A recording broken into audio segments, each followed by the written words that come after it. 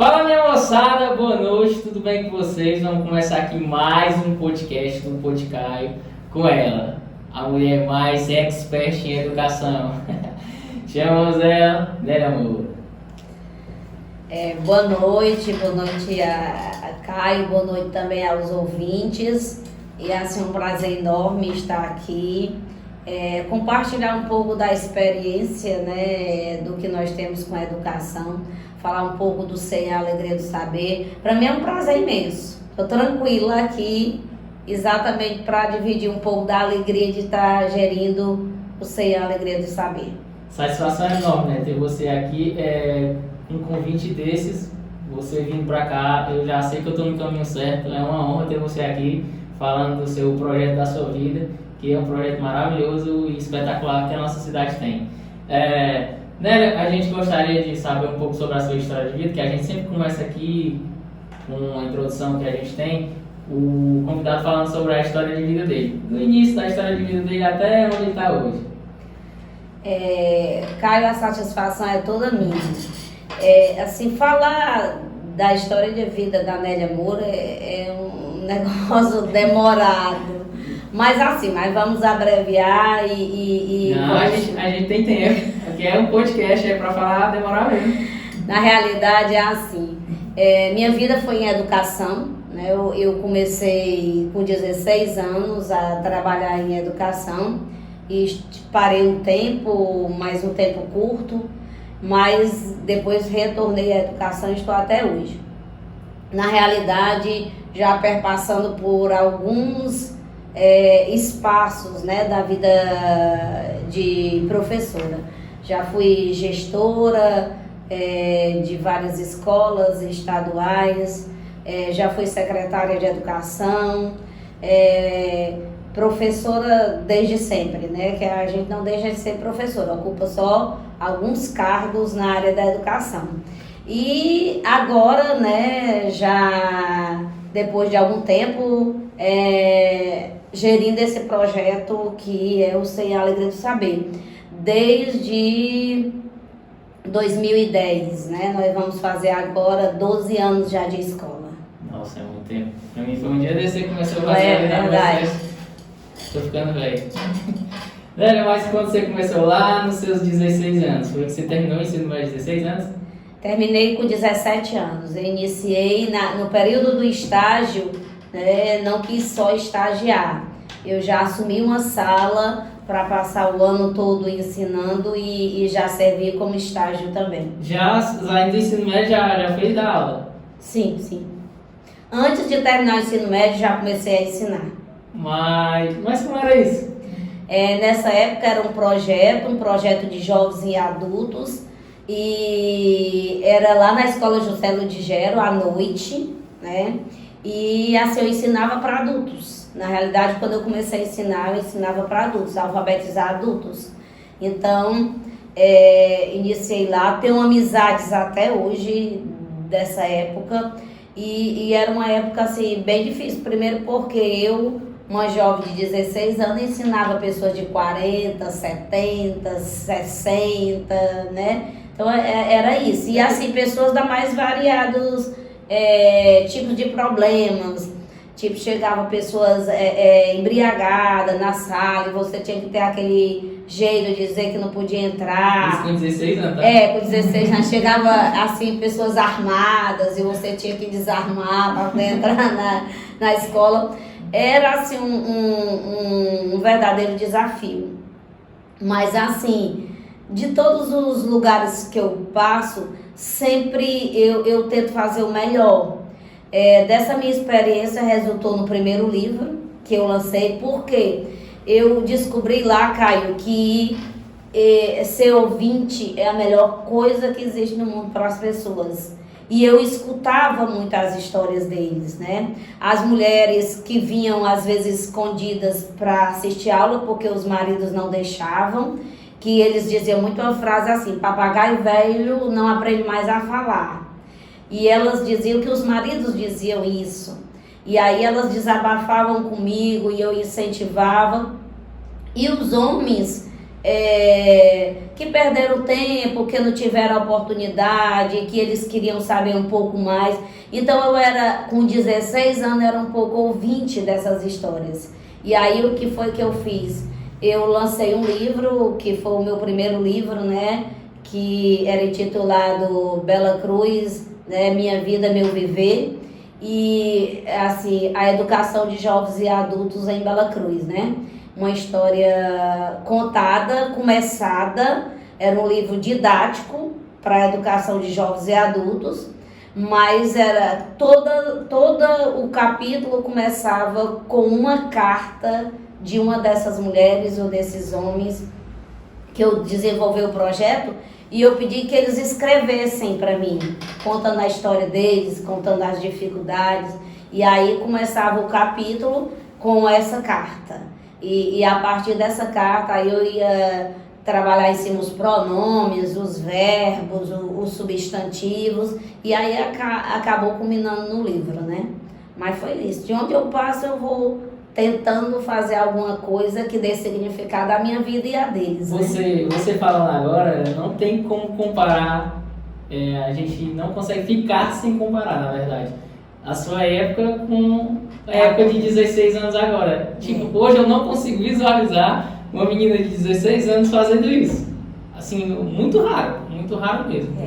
Verdade. E acho que a geração, da minha geração, acredito que talvez a gente saísse um pouco mais madura, né?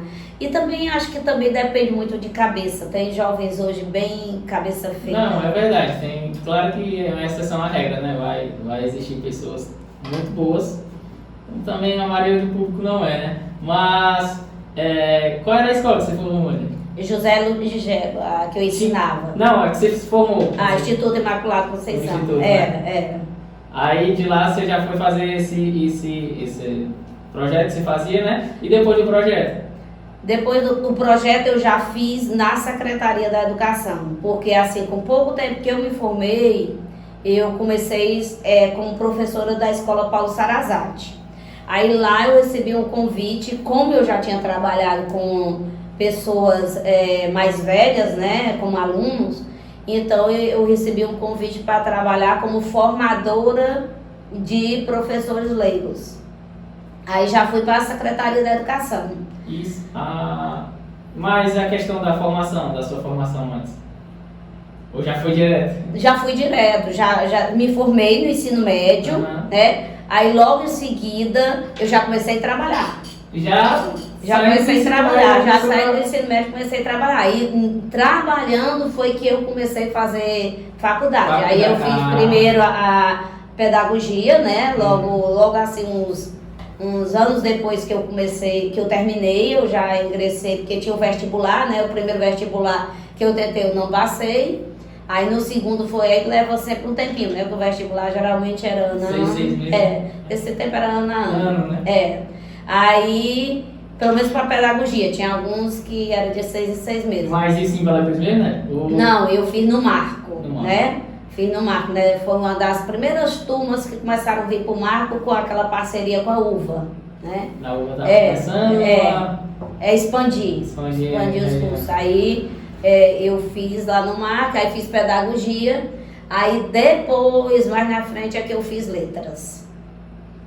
Mas assim, já comecei a trabalhar para depois começar a fazer a faculdade. Já foi aprendendo na prática. Na prática, porque geralmente você faz uma faculdade, vai lá todo aquele estágio. Verdade. Começar. E aí já comecei a trabalhar na Secretaria da Educação como formadora de professores. Quer dizer, também muito nova ainda, né? Eu tinha 17 anos quando eu comecei. Aí eu formava os professores leigos. Eu lembro que eram já professores que tinham já uma vida longa na educação, mas não tinham tido a oportunidade de fazer faculdade e alguns deles nem de terminar o ensino médio. Então eu já dava o ensino médio para eles.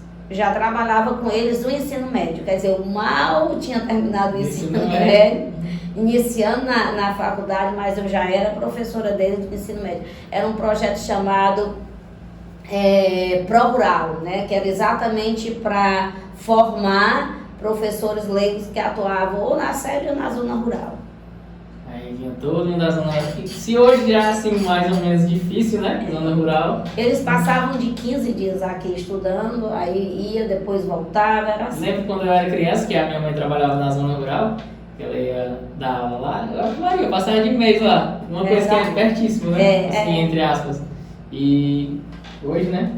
Hoje é uma diferença muito grande, né? Na realidade, lembrar que quando eu comecei, formação que eu ia fazer no Marco, que é aqui perto, você vai e volta não sei quantas vezes no dia, eu passava lá a semana toda para fazer no Marco para fazer formação.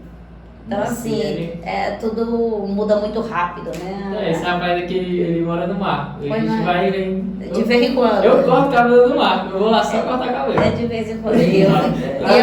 Eu ficava a semana. É como se fosse um bairro da cidade grande. Verdade. Às vezes até mais perto, né? É muito mais. Então, né, depois que você foi para a secretaria, que começou a dar essas aulas aí para os professores que não eram professores, você, quando terminou isso, qual foi o... Aí foi a época que eu casei, e aí eu tive minha primeira filha. Aí quando eu tive a primeira filha foi a época que eu me ausentei um pouco da educação, né? Aí fiquei com ela, né? E aí já vi a segunda filha, a terceira, eu fiquei um pouco em casa para cuidar dessas meninas. E aí eu retornei para a educação, né? Fiz concurso, retornei em 98, retornei, né? Aí já retornei para a Secretaria de Educação e aí já novamente no novo projeto de formação para professores leigos novamente. Só que agora com outro nome chamado Agora Eu Sei. Mas era também como se fosse uma espécie de supletivo já, né? Né? Mas como foi que sobreviveu esse projeto quando você não estava? Assim, quando vai mudando as políticas, né? Automaticamente os projetos caem também, né? Entendi. E aí paralisou, e aí também foi a época que eu saí, né? Eu concluí a turma. Saí, aí quando voltei já tinha esse novo projeto chamado Agora Eu Sei, e como eu já tinha essa experiência anterior, aí eu fui para a secretaria novamente, a convite da Sônia Miranda, para trabalhar com esse projeto, por conta da experiência que eu já tinha. Esse é um supletivo para professores, né? E acho que também entrava também pessoas sem ser professor, era uma espécie de supletivo para adultos, né? Chamado Agora Eu Sei. Entrava professores e tinha uma parte também que tinha um público também que queria terminar o ensino médio. E aí, Caio, fui seguindo na Secretaria de Educação, com pouco tempo passei a ser secretária de Educação, e aí com o tempo saí da Secretaria de Educação, fiquei como diretora, comecei como coordenadora pedagógica da Escola Múcio Odécio. Nessa época não tinha um nome, né? Nessa época era chamada Escola de Ensino Fundamental. Foi nós que fizemos um movimento grande, uma votação com todos, toda a população de Bela Cruz para escolher o nome da escola. Porque a Escola de Ensino Fundamental não era nome. E a gente tinha uma vontade muito grande de... A escola estava um pouco apagada, ninguém tinha vontade de estar lá, de estudar lá. Então, a primeira ideia que eu tive é assim, vou dar nome a essa escola, porque as pessoas precisam ter identidade, né? Aí, nessa votação, quem ganhou foi o nome do Múcio Odécio. Aí, oficializamos tudo junto ao Estado, né? Que nessa época ela era estadual, e ficou sendo... Fiz um concurso de desenho para que os alunos desenhassem o símbolo, a bandeira, tudo, né? E para construir essa história junto com o aluno, para que o aluno gostasse. E aí, nessa época, para que o aluno gostasse mais, eu criei uma rádio dentro da escola. Foi um sucesso. agora nesse momento você trabalhando aqui e vocês organizando aqui, e eu lembrando, Nostalgia, né? lembrando de quando a gente fez a rádio lá, nós forramos toda a rádio com casca de ovo, não tem aquele, né? Que era para ter uma acústica boa. E os meninos faziam o programa, tudo bem direitinho, todo dia na hora do recreio, recebia cartinha dos alunos, né? Passava o grupo de alunos nas cartas, recolhendo recadinho, poesia, pedido de música. E na hora do recreio, os locutores que eram alunos faziam a programação durante o recreio, que durava 20 minutos. E depois retornava para a leitura nas salas de aula, eles entregavam isso para o professor, aí o professor ia corrigir, para ter todo um viés didático, né? E aí esse projeto, ele foi premiado, né, num chamado Prêmio Gestão Escolar. Ele foi premiado e ficou entre os 6 projetos melhores do Brasil. E foi por isso que eu ganhei o intercâmbio de 17 a 20 dias nos Estados Unidos, conhecendo experiências de outras escolas, conhecendo as escolas dos Estados Unidos, como é que eles faziam, as escolas de sucesso, por conta desse projeto da rádio, lá na escola. Pegando esse gancho aí dessa questão dos Estados Unidos e do Brasil, que você foi fazer esse intercâmbio, qual é a comparação que você acha mais distante entre a questão da educação brasileira e da questão da educação americana? Primeiro é porque quase todas as escolas americanas, elas vão além digamos, dos conteúdos da grade curricular, né? Elas, quando o aluno sai, ele já sai, digamos, mais ou menos com uma profissão idealizada e formada, né?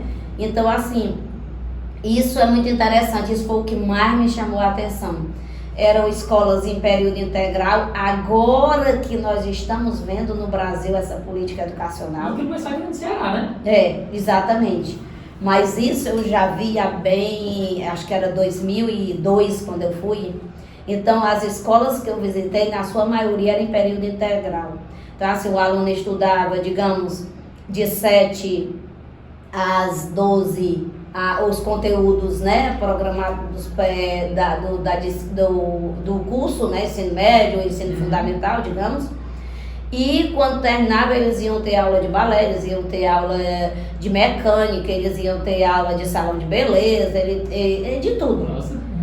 Dependia muito, as turmas eram divididas nos laboratórios e eles iam ter aula para isso. Tanto que também a questão das Olimpíadas são muito forte lá, exatamente. Muito, e disso, assim, né? o que me admirava muito era assim, aqueles ginásios dentro da própria escola, Lindo, né? sabe, assim, exatamente para bem como a gente vê num seriado, num filme. Exatamente, para sair quase um atleta, ou, né, tipo assim. Então, assim, era uma extensão digamos, da sala de aula. Não era só, assim, digamos, só estudar para terminar isso. Não era só para terminar o ensino médio, ou para terminar o ensino fundamental, não. Quando saíam sabendo, digamos, um pouco de eletricidade, um pouco de hidráulica, um pouco de mecânica, essas questões. Mirava bem, né? Isso me chamou muita atenção. E foi por conta dessa experiência que eu coloquei no CEIAM Alegria do Saber uma disciplina chamada empreendedorismo. Exatamente para eles, pelo menos, saberem lidar com o dinheiro, com os valores, com a questão do ter, né? Do consumismo, essas questões. Eu acho que em toda escola deveria ter a questão da matéria empreendedorismo.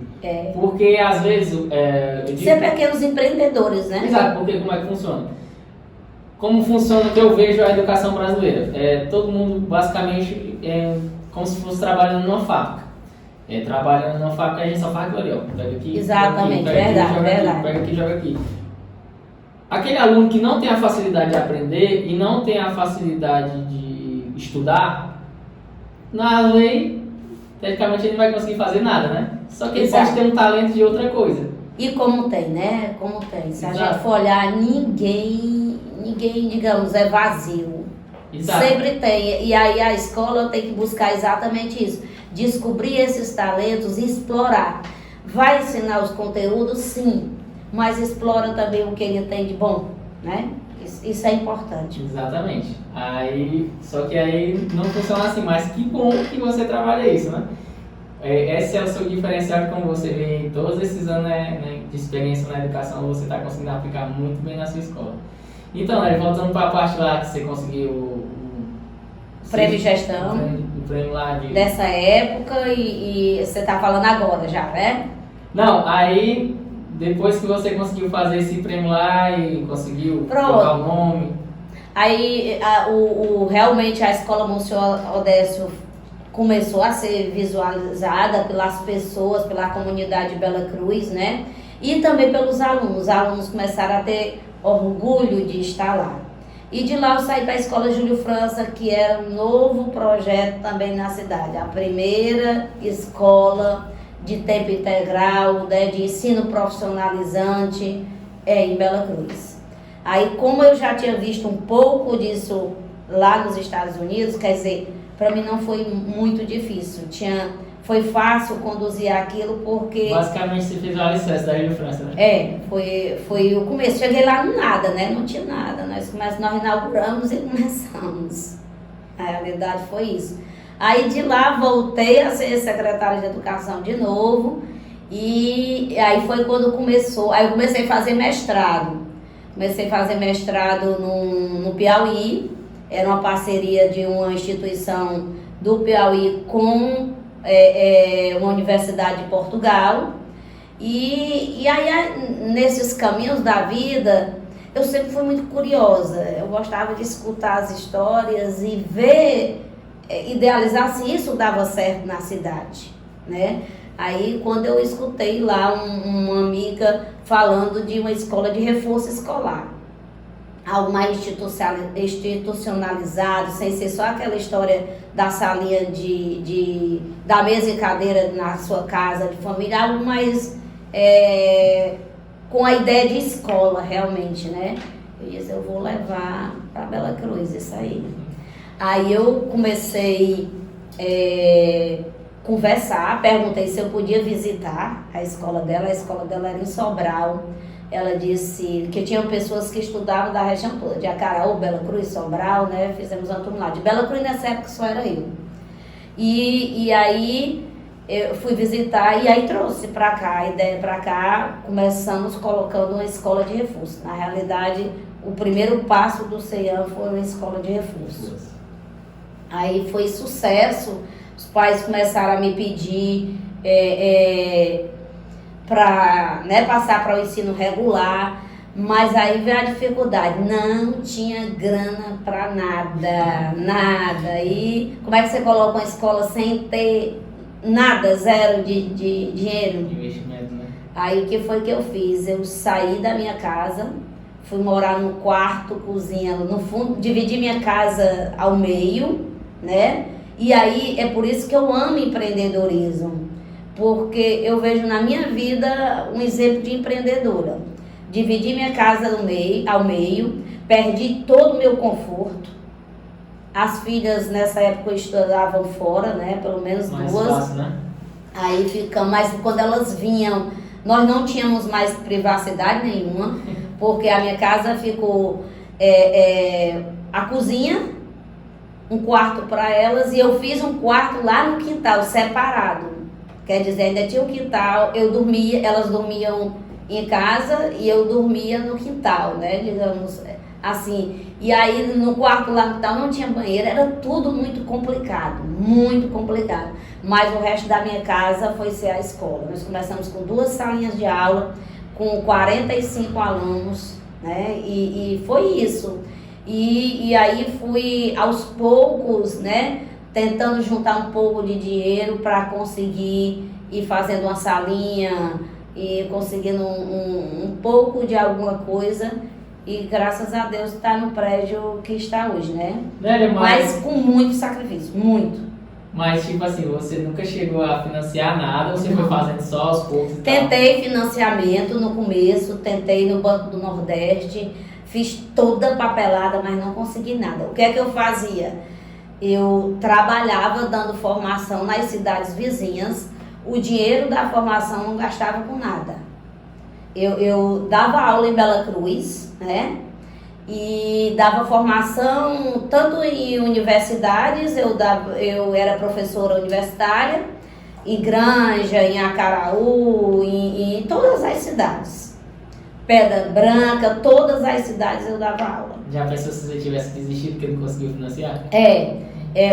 O financiamento do Banco Nordeste negou na época, Onde né? era, na época, realmente era o banco que a gente falava que se conseguia, tinha mais né? fácil e menor taxa de juros, né? Exatamente. Aí fiz todo o projeto, mas foi negado. Aí vamos para a luta. Aí eu tanto dava aula como formação, né? A Secretaria da Estadual de Educação me contratou e eu dava formação. Então, esse salário das aulas universitárias, das formações, eu ia guardando para ir fazendo um pouco a escola. É tanto que essa história rendeu também o prêmio Sebrae Mulher de Negócio aqui no estado do Ceará. Porque quando eu escrevi minha história para o Sebrae, na época me inscrevi no prêmio, né? Eu também recebi o prêmio chama-se Sebrae Mulher de Negócio. No Ceará a primeiro colocado foi essa minha história. É isso, é empreendedorismo. Na realidade não tem segredo, é lutar com aquilo que se tem, né? Que se tem, né? A vontade de ser alguma coisa, a vontade de passar pela vida e fazer história, né? Na realidade é isso. Não ficar só esperando as coisas caírem do céu. E quando foi que você, Nélia, começou a ver que realmente estava começando a fluir mesmo assim, que você vê que eu não estou conseguindo mais comportar de tanta gente que tem nesse espaço, que eu tenho que realmente ampliar? Pronto, assim com uns 3 anos, eu já percebi que não dava mais, né, lá. E aí eu já tinha juntado um pouco de dinheiro nessa época, aí foi quando, é claro que sempre tem que ter uma ajuda. Aí meu pai me cedeu, né, me deu um terreno do lado da minha casa. Aí com o dinheiro que a gente tinha, com a ajuda, né, da família assim também, que ajudou um pouco, aí eu já comecei a construir o prédio da escola, né? Pedindo dinheiro emprestado, né, assim.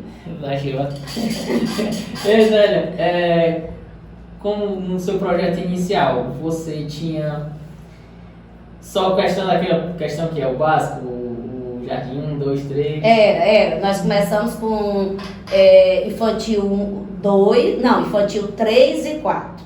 Foi onde nós começamos. 2 turminhas, infantil 3 e 4. Aí essas turmas a cada ano ia subindo, né? Aí, por exemplo, no segundo ano ficou infantil 3, infantil 4 e infantil 5. E aí tem também, para ter uma escola, tem que ter toda a regulamentação no conselho, né? Aí, para começar o primeiro ano, eu já tinha que começar uns 2 anos antes, digamos, ajeitar toda a documentação no conselho, né? Aí eu já ia ajeitando para o primeiro ano, aí depois passou para o primeiro, e aí foi subindo. Cada ano subia um ano, né? Devagar, porque nem dava, né? Tinha que ir aos poucos. Aí você já fazer, rapaz, eu acho que eu vou colocar uns meninos naquela sala ali, tá vazia. Aí quando a gente fez o prédio inicial, né? A gente já fez com 4 salas. Olha, já era alguma coisa, porque eu usava 4 salas de lá e 2 ainda da minha casa, né? Aí foi tomando todo o espaço da minha casa, tomando todo o espaço. Aí quando eu vi, não dava mais, eu transformei a casa toda em escola, fui morar de aluguel. Assim, e aí a gente foi fazendo tudo isso. No começo sempre é difícil. Cada fase tem as suas crises, os seus momentos, né? E a gente tem que ir vencendo ano após ano, né? Cada crise, dizem que a gente cresce mais no período de crise, eu acho que é mesmo. No período de mais dificuldade é que você vai se descobrindo e vai tentando criar caminhos. Porque se estiver tudo muito bom, ninguém não sai do canto, não. Tem que estar. Tá bom demais, né? Tá bom, pra que fazer mais nada? Tá bom, né? Exato, daquele Aí quando a coisa vai se complicando, é que a gente vai tentando mudar, inovar. Mas você sempre teve motivado, né? Assim, pensou em desistir alguma vez? Muitas vezes, até hoje ainda penso. Hoje tá bom, a gente olha ali e tá. Porque assim, é como eu digo, cada ano, no tempo da pandemia foi uma verdadeira loucura. E começou um novo tipo de ensino, né? Tudo tinha que mudar, tudo de repente. Os pais não entendiam e queriam uma resposta nossa, sem a gente saber a que resposta dar, porque o mundo não sabia ainda. Quando eu estava nessa época, né, sabe o que eu ouvia bastante? Era assim, ó, como é que eu estou pagando para o meu filho estudar se eu não está nem tendo uma aula? Verdade, é. E aí você tinha que manter os professores. Exato. Porque os professores tinham que... A carga horária do professor aumentou. Eles continuavam com o mesmo salário, mas você tinha que manter e os pais não queriam mais pagar. Era uma verdadeira loucura. É porque o EAD, tudo que passa para essa parte de tecnologia é 10 vezes mais complicado, cara. É 10 vezes mais complicado. Porque ele ia ter que gravar, ia ter que ver se ficou bom, rever. Tinha que ter uma grade de horário de gravação. Nós tínhamos a grade temos o laboratório de informática, nós transformamos ele num estúdio, com fundo, né, para ficar as gravações boas, tentando diminuir a questão do eco, né, de fora, com o microfone mais apropriado, com todos esses instrumentos que a gente usa para fazer uma gravação. Então, a escola virou um estúdio. Tinha que ter internet cabeada na escola toda, foi um gasto imenso. Mais uma vez, eu fui à procura de uma escola em Itapipoca, que, digamos, tinha dado o pontapé inicial para saber como é que funcionava lá, como é que eles estavam fazendo para trazer essa ideia para cá. Então, o CEIAM foi a primeira escola que deu pontapé inicial para sair com as aulas gravadas, com grade de gravação, tudo bem direitinho. Fui estudar fora para trazer para cá. É diferenciado. Na minha vida tem sido sempre assim, correndo atrás, estudando com quem sabe, né, sempre na humildade. Para trazer, é claro, é verdade. Ninguém sabe tudo, né? E nem pode. E agora que o mundo é muito volátil, quando você pensa numa coisa já é outra, você tem que estar em constante aprendizado. A atualização é fora do comum. Verdade. Então, né, depois que você já fez o fluxo aí de atualização da escola, na ONU, hoje você já pega todos os... Hoje nós temos do infantil 2, criança com 2 anos, até o 9º ano. Até o 9º ano. Você pensa no ensino médio? Ainda não. Por que eu não penso no ensino médio? Porque a minha visão de ensino médio é aquela visão que eu visitei nos Estados Unidos. É aquela visão que o aluno fique um tempo maior, uma carga horária maior de aula, que ele, além dos conteúdos para o ensino médio, que ele tem os conteúdos também profissionalizantes. Aí eu não tenho condição de fazer isso agora e acredito que também os pais não queiram, porque é claro que isso é um pouco mais caro, né? Porque tem que ter laboratório e tudo. Então eu acredito que os pais ainda não estejam preparados para isso. Você acha que a cidade de Bela Cruz ainda não está preparada para algo? Para esse tipo de ensino médio que eu quero, acredito que Acho não. que ainda demora uns 10 anos? Não, talvez menos. Os pais precisam entender que para que um filho possa dar frutos futuramente, que seja um excelente profissional, precisa de uma formação. E a formação não é só fazer a educação infantil, fazer o ensino fundamental, fazer o ensino médio. Tem que ter uma formação toda. E essa formação, ela tem que ser escolhida pela família. Escolhida porque, assim, os pais, alguns, é claro, né, pensam o seguinte: não, vou colocar na escola e pronto, tá de bom grado. Não é só isso. Tem que escolher a escola que possa formar melhor os seus filhos, que tenha uma proposta pedagógica voltada para aquilo que você acredita. Ó, às vezes eu fico comparando a quantidade de disciplinas que nós temos no CEAM e a quantidade de disciplina, digamos, que uma escola pública tem. Não estou desfazendo de nenhuma escola, nenhuma. E é claro que todas têm os seus pontos fortes, né? E devem explorar. Mas eu quero dizer assim, quanto mais você proporciona conhecimento ao aluno, mais ele tem condição de aprender e mais ele se forma para o futuro, né? E o futuro é bem pertinho, né? Porque não demora muito, não. Agora tá... Então, é isso. Eu acredito que os pais, eles têm que pensar muito na escolha da escola para os filhos. Qual é a proposta pedagógica que a escola tem, em que é que a escola acredita, né? Como é que a escola vai, quantas disciplinas o meu filho pode estudar lá, além do que é obrigatório, né? Porque tem um currículo obrigatório em cada curso, seja no fundamental, seja no médio, tem um currículo obrigatório. Mas aí, além disso, o que é que a escola oferece mais? Por exemplo, no CEAM, nós temos aula de música dentro do currículo, nós temos empreendedorismo, nós temos robótica, nós temos o ensino bilíngue, né, que é uma carga horária do inglês, temos espanhol, temos filosofia, desde o ensino fundamental, né, a filosofia desde o ensino fundamental. Só que eu estou citando 6 a mais, né? Então é isso. Se um aluno não passou por esse conhecimento, ele vai precisar mais tarde. Dessas partes que você citou, eu falo que eu já vi, geralmente algumas delas, não são nem todas, aparecem somente no ensino médio. Pronto, é isso que eu quero dizer. E nós temos desde o primeiro ano do ensino fundamental, né? Então, assim, é por isso que eu digo, tem que pesquisar, tem que ver. Às vezes os pais deixam muito a escolha dos filhos. Eles não têm maturidade para escolher uma escola. O filho ainda não tem maturidade para escolher a escola, nem no ensino médio, imagine no ensino fundamental, na educação infantil, não tem maturidade. Então, é uma escolha muito séria que vai repercutir. E sabe quando é que a gente vai sentir a falta? Lá na frente, quando você não consegue fazer mais muita coisa, né? A verdade é essa. Com ensino diferenciado, isso aí é à toa que você ganhou o prêmio, né? A gente tenta, né?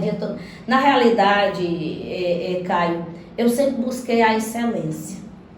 Eu sempre quis fazer mais do que era para fazer. Eu sempre digo aos meus professores, eu não quero ninguém aqui fazendo só o feijão com arroz. Isso aí é obrigação. Eu quero fazer mais. Eu quero mais. Diferencial. Porque o mais é o que vai marcar a diferença na escola. Sobre esse prêmio que a escola ganhou, né? Como é que você pode falar um pouco sobre ele? Pronto, na realidade, assim como eu disse no início, eu sou muito curiosa. Eu sempre observei muito e sempre gostei muito de estudar, nunca parei de estudar. Então, assim, agora recentemente eu vim de uma formação que eu fiz em Maceió, né? Passei lá 4 dias estudando e conhecendo outras escolas também. Só nesse ano eu já fui conhecer uma escola grande de Maceió e fui fazer formação lá. Eu já fui conhecer uma escola em Teresina, que estava com uma proposta boa, achei interessante. Pedi à escola, passei um dia todo dentro da escola, conhecendo, vendo como é que fazia e tudo. E conversando com os gestores, professores da escola. Então, eu sempre faço isso. Exatamente, para ir trazendo inovações para a nossa escola. E sabe qual era o meu desejo grande que eu quis trazer para o CEAM? Eu sempre me senti prejudicada por morar no interior. Tudo era difícil. Se você queria um curso bom de uma faculdade, era em Fortaleza. Eu não tinha dinheiro para estudar em Fortaleza. Meus pais não tinham como pagar apartamento, tudo em Fortaleza, moradia, não tinha. Transporte. Até Sobral era difícil, né? Então, assim, eu me sentia prejudicada. Então eu disse assim, quando eu colocar uma escola em Bela Cruz, eu não quero que ela seja diferente de uma escola de uma capital, de uma boa escola de capital.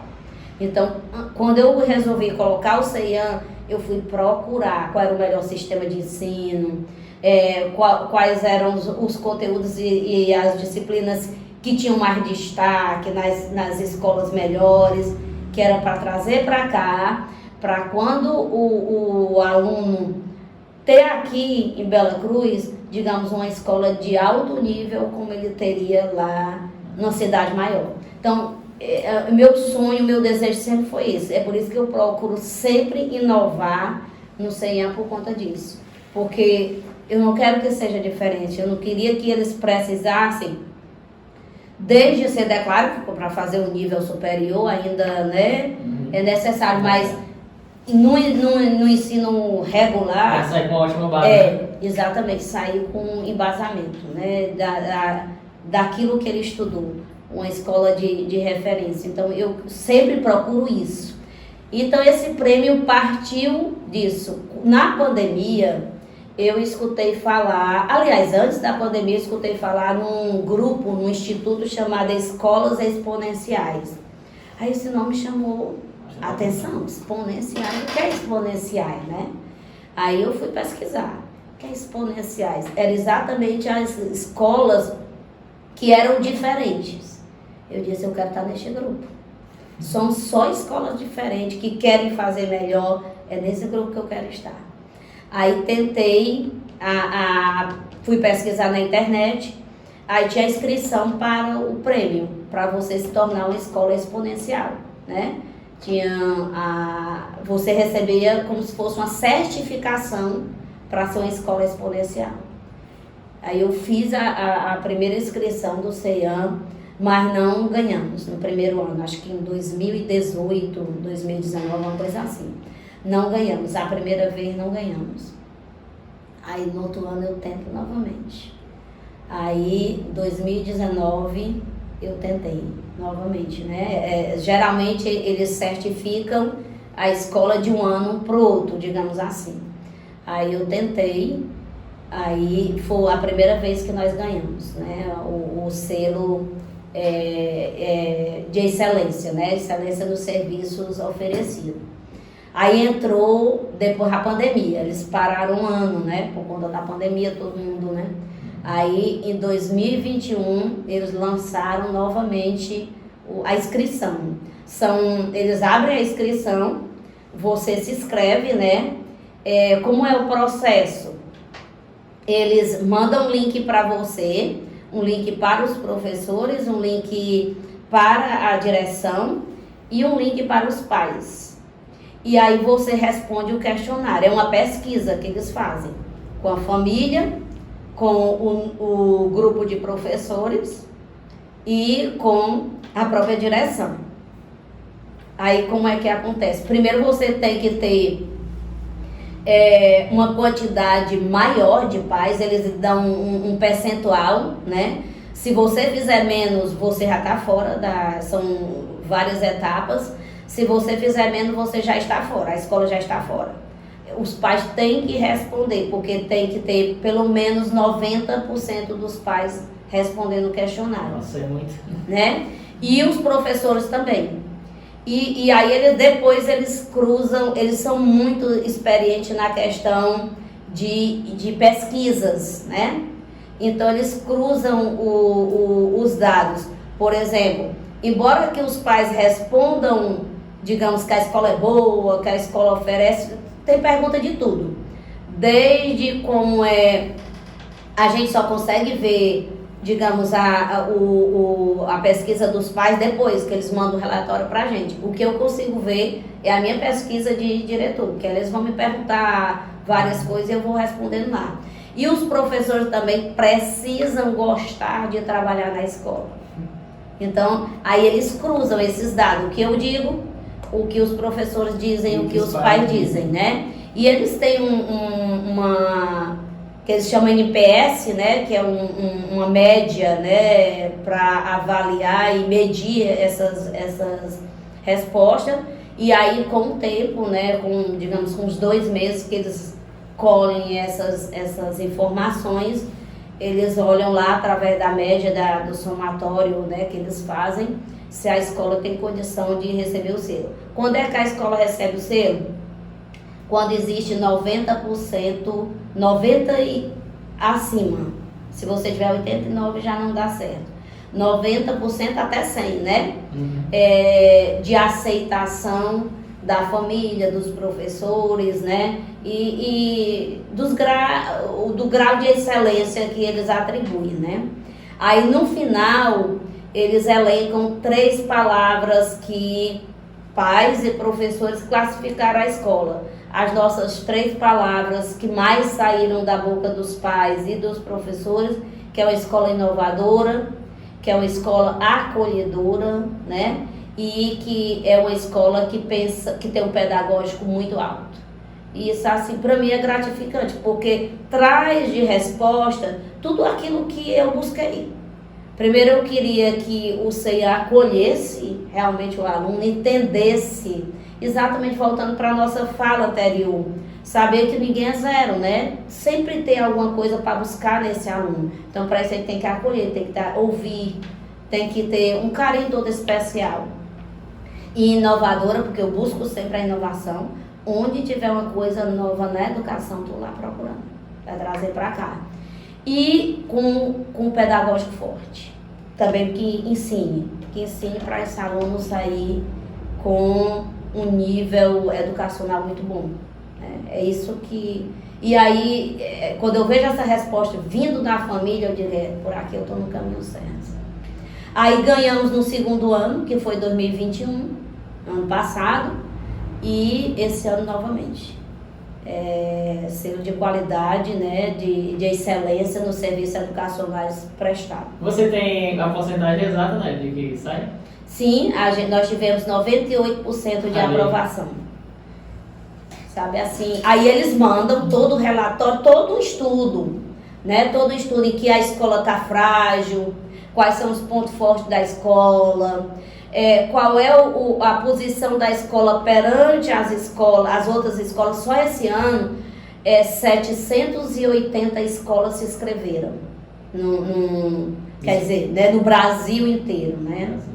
Aí então a nossa escola entrar com 98% de aprovação, eu acho assim um percentual muito bom. Eu acho que deve ter sido 100%, aí foi só uma magia, igual a votação. Isso é assim, mas 100% às vezes não dá, né? Eu acho que, já que é a nível Brasil, que é algo tão grande, essas 700 escolas, para elas estar se inscrevendo, elas realmente veem com bom som, né? Porque, querendo ou não, a gente sabe que tem escolas que não têm uma qualidade tão boa assim, mesmo sendo particular. Claro. Então ela sabe que ela também sabe que não tem capacidade de ganhar o prêmio, então não vai chegar a se inscrever. Por isso a quantidade de escolas não é algo exorbitante. Né? Exatamente. Porque na realidade faz uma seleção primeiro, né? Qual é essa seleção? Primeiro se está toda regularizada, quais são os projetos que você trabalha. E aí, isso é o que você responde. Qualquer pessoa, qualquer gestor pode responder. Aí ele vai comparar esses dados com o que os pais respondem. Porque pai não vai mentir, né? Eu não vejo, não posso mudar. Eles sabem que eu não vejo, eu só vejo depois. Então eles podem colocar lá realmente o que eles sentem, né? E responder direitinho lá o que eles acham realmente da escola. Então, assim, para mim tem muita veracidade, por quê? Porque foi respondido pela família, né? Então, pelos próprios professores, né?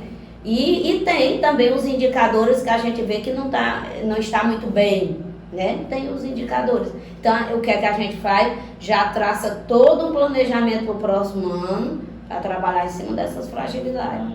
Aquilo que não foi bem avaliado, né? Já sai com um sistema de medida para vocês, né? Sim. Está melhorando, está precisando. Todo um estudo, é um relatório que são umas 16 a 18 páginas, né? Cada resposta comentada, cada bloco de resposta comentado, com a porcentagem, quantos pais responderam isso, quantos responderam assim, quanto responderam assim, e qual é a visão dos pesquisadores com relação à escola perante essas respostas, né? Aí é um estudo bem elaborado. Pronto, eu comparo muito, digamos, como se eu mandasse fazer uma pesquisa. Digamos, os candidatos não mandam fazer aquela pesquisa para exatamente saber qual é a área, qual é o bairro que eles estão melhor, qual é a cidade, né? Qual é o percentual de aceitação. Pronto, é uma pesquisa tipo aquelas. Então você, só que não é uma pesquisa, digamos, que eu possa interferir ou comprar, ninguém paga nada para participar do prêmio. Nada. Você só se inscreve. E este instituto, qual é o objetivo dele? É exatamente, são empresários que já tiveram, né, um alto teor de desenvolvimento econômico. Então eles criaram o instituto exatamente para identificar no Brasil quais escolas são exponenciais, né? Tem um serviço de qualidade melhor a ofertar. E é isso, é o instituto. Aí o trabalho deles são dois. Identificar essas escolas. Dois, formar esse grupo de escola que quer crescer mais ainda, conhecer mais, né? Então eles, durante o ano todo, eles têm um calendário de formação sobre exatamente todos os assuntos que todas as escolas do Brasil, digamos, estão pensando. E aí a gente acompanha todas essas formações. Lá nessa questão aí, né, você consegue ver os outros ou você só consegue ver você? Não, recebo do meu. Sim. Agora tem um estudo comparativo no final. Por exemplo, a nossa escola com as demais escolas mais próximas à minha. Porque eles não comparam, digamos, a minha com a de São Paulo, né? Eles não comparam. Mas aqui no Ceará tiveram, acho que, 6 escolas que participaram. Então eles comparam a minha com essas outras 6 escolas do Ceará. Mas você tem essa comparação? Tenho. Qual foi a comparação? Geralmente a nossa escola se destaca, né? Mas as outras também, 97, tem uma que até mais do que a nossa, 99, né? 100% eu não vi nenhum ainda. Mas tem uma que é 99 e outra 97, algumas 95, assim mais ou menos, mas todas acima de... né? Aí algumas até eu procuro conhecer, né, para saber, vou logo lá para a internet, dar uma olhada, às vezes eu ligo também para o diretor. Já chegou a visitar ela? Não, é muito longe daqui, né? Não, tem Fortaleza, do interior mesmo, acho que do Ceará, eu acho que só tem a nossa, não lembro a outra, mas acho que só tinham 2 do interior. Uma era a nossa, a outra eu não lembro qual é o interior agora, mas o restante é de Fortaleza. Brasil também dá força, né? O restante é de Fortaleza, escola de Fortaleza. Porque sempre que a gente viu, foi realmente o estudo para aquele lado, né? Capital, Sobral. Exatamente, Porque assim, eu lembro quando eu estudava, porque eu lembro muito que o pessoal falava muito era em Cristos, em Fortaleza, e o próprio Farias Brito. Farias Brito, antes era só o Farias Brito, aí transformou agora não, né? Em SAS, né? Colégio Arindissá e o Colégio Farias Brito, aí também tem o Cristo, tem o 7 de setembro, são os, né, que sempre... Mensalidade de R$5.000. Não se destaca. Daí. Nessa puxada aí. Mais ou menos aí mesmo.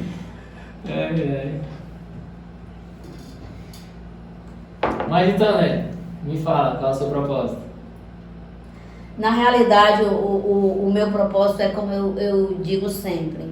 Eu quero que o CEIAN seja o melhor, não é que seja o melhor somente por ser o melhor.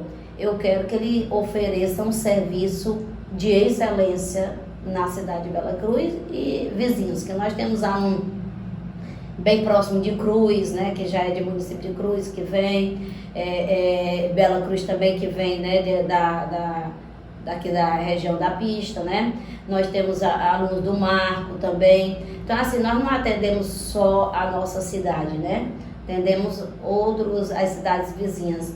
Então, é claro que o número maior é da nossa cidade. E assim, eu quero que o CEIAN seja este destaque na cidade, que ele seja uma escola que sempre busca a excelência. No dia que ele perder esse propósito, com certeza a Nélia Moura sai de cena. Sempre buscando o prêmio de excelência, né, velho? Não é nem só a questão do prêmio, sabe? Assim, para mim o prêmio é uma medida, Caio. O prêmio é uma medida, sabe? Assim, eu procuro sempre avaliar o trabalho do CEIA e, consequentemente, acho que até anteriormente o meu, né? E a gente avalia muito isso através de prêmios, porque quando as outras pessoas conseguem visualizar o trabalho que você está fazendo na escola, então é sinal que você está no caminho certo. Medida um troféu. É a medida, Todo atleta, ele, né? A medalha. É a medalha. Não é o valor, como é que eu quero dizer, monetário que isso pode trazer, né? Por exemplo, o certificado, que a gente chama selo de excelência, né? Ele não tem nenhum valor monetário, eu não recebi nenhum prêmio monetário. Nada mais do que um relatório e, claro, uma placa, né? Eles mandam uma placa que está identificando que a escola tem um selo de excelência de serviço prestado. E poderia até receber, só que claro, o valor não sei. Então, assim, um atleta, ele pensa nisso. Quando ele recebe a medalha, quando ele recebe o troféu, para ali como se para ele é a vitória, né? De ter conseguido, de ter prestado todo aquele esforço e ser reconhecido por muitas pessoas, que não é só por um ou dois, né? Então, assim, quando eu busco participar de prêmios, eu busco exatamente ver essa leitura. O que é que a comunidade pensa? Será? Porque, assim, quando é só nós que avaliamos, nós temos medo de avaliar errado. Então, nós precisamos ver o que a comunidade pensa. E no caso do CEIAN, que é uma escola que tem serviço educacional, eu preciso saber o que é que essa comunidade que eu atendo pensa, né? O que é que ele pensa da escola. Então, o prêmio é uma medida. Para mim, é uma medida. Então, quando você consegue isso, eu disse, não, o caminho é aqui. Então, vamos continuar, vamos ajeitando, né? Vamos vendo o que está errado. E é isso, tá? Então, o meu propósito sempre é fazer o diferencial. E você está fazendo, viu? Eu sempre busquei isso. Então, assim, não é uma questão... Às vezes eu tenho medo que as pessoas pensem que isso é uma questão de orgulho. Não é isso. É uma questão... Eu nunca quis passar pela vida despercebida. Nunca. Então, assim, eu sempre quis fazer o diferente. Você é aquele tipo de pessoa que busca o diferencial e tem a disciplina e a garra e a força de conseguir. Às vezes esmoreço, mas me levanto, né? Eu lembro que quando eu escrevi a minha história para o Prêmio Sebrae, Mulher de Negócio, o tema, né, da história foi exatamente a volta de Fênix, né? Que é exatamente que se estraçalha toda, volta das cinzas para fazer alguma coisa. Dificuldade a vida vai ter sempre. Então, assim, a gente tem, bora que caia, mas volta com tudo. Pois é isso, né? Obrigado. Eu que agradeço. Satisfação Foi muito bom. Revivi aqui coisas que eu nem pensei em reviver. Você mexe mesmo com tudo, viu? Aqui é o sentido disso, o povo te conhecer, saber da sua história. Esse é o meu propósito aqui com esse podcast.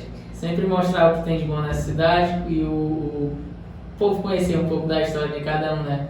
É verdade. E assim, eu quero agradecer a oportunidade de estar aqui, Caio. Eu agradeço muito e quero parabenizar, né? Assim, é claro que vou divulgar na minha comunidade escolar para que mais pessoas possam ver. E eu vejo aqui também a questão do empreendedorismo, né? Vejo assim, porque quando se fala em podcast, você pensa assim, não, só tem em São Paulo, só tem nas cidades grandes. Tá aqui, gente, Bela Cruz fazendo bonito, né? Então, é isso. Quando a gente faz alguma coisa que gosta, brilha no olhar da gente. Eu tô vendo teu olhar brilhando. Então, é assim, A verdade é essa. A gente se encontra naquilo que a gente gosta. E aí, tudo que a gente gosta, a gente tenta fazer bem feito, tenta fazer melhor. E vai vencendo as dificuldades. Você está de parabéns. Muito Parabéns obrigado. mesmo, viu? Muito obrigado, né? Vamos chamar mais gente para poder curtir aqui o podcast. É uma honra ouvir vocês. Obrigado, né? Satisfação, tá? Obrigado também pela oportunidade e vamos esperar que mais pessoas venham aqui contar, né? Falar um pouco de vocês. Né? E é isso, pessoal. Obrigadão. Assiste a gente, curte, deixa o like, compartilha. E é isso. Valeu. Obrigadão. Fui!